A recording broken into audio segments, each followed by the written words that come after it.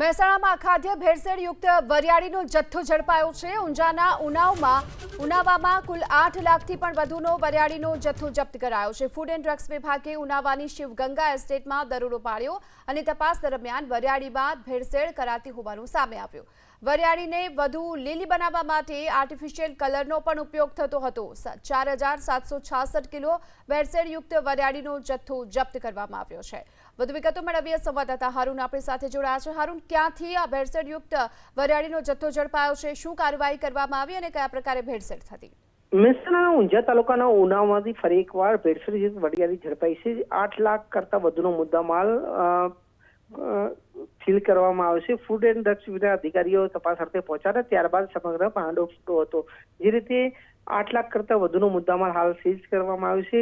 વરિયાળીને ચમકદાર બનાવવા માટે તેમાં કલરનો ઉપયોગ કરાતો હતો ને આ ખાદ્ય કલરથી વરિયાળીને ચમક આપવામાં આવતી હતી। જોકે આ સમગ્ર જે વરિયાળી છે તે વિના ગોલ્ડ નામથી કંપની હતી ને તે પેકેટ બનાવીને વેચતી હતી। જોકે આ વરિયાળી માર્કેટમાં પહોંચે તે પહેલા જ ફૂડ એન્ડ ડ્રગ્સના અધિકારીઓ સ્થળ ઉપર પહોંચ્યા હતા અને કુલ 4766 કિલો વરિયાળીનો ભેળસેળ જથ્થો સીલ કરવામાં આવ્યો છે। સમગ્ર મામલે હાલ ફૂડ એન્ડ ડ્રગ્સના અધિકારીએ તપાસ શરૂ કરી છે। જી, આભાર આપનો આ માહિતી માટે।